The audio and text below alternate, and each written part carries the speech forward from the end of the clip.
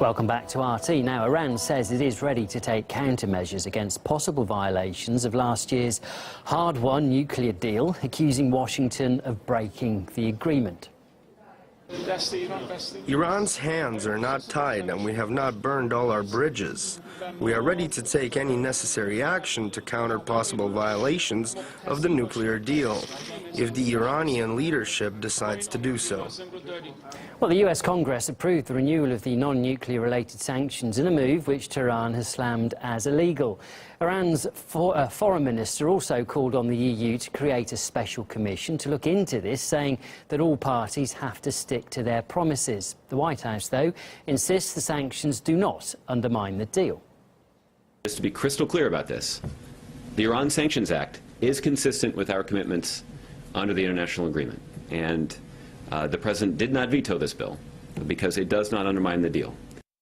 According to the deal, Iran will only enrich a small amount of uranium for the next 15 years. An arms embargo will not be lifted for 5 more years, and missile technology sanctions will remain for nearly a decade. The agreement says that in return for verifiably abiding by its commitments, Iran will be relieved from international nuclear-related sanctions. Now, Iran is once again under Western pressure, claiming that Washington's move undermines the spirit of the deal. That's despite back in 2015 the agreement being met with huge enthusiasm and Western officials praising it as a major breakthrough. This is an historic day.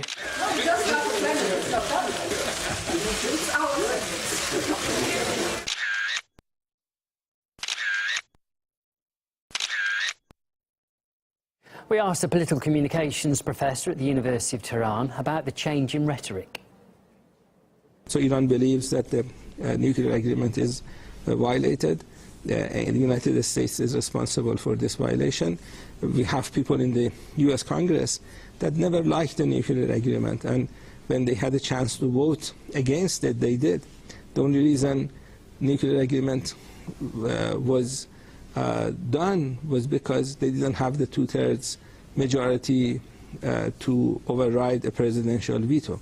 But now that President Obama is going to go out of office in about a month, they are already starting to pass laws that is in violation of the nuclear agreement. Forces within the United States in the US Congress that opposed Iran and the nuclear agreement are working very hard to violate the agreement, and they have done that with the Iran Sanctions Act.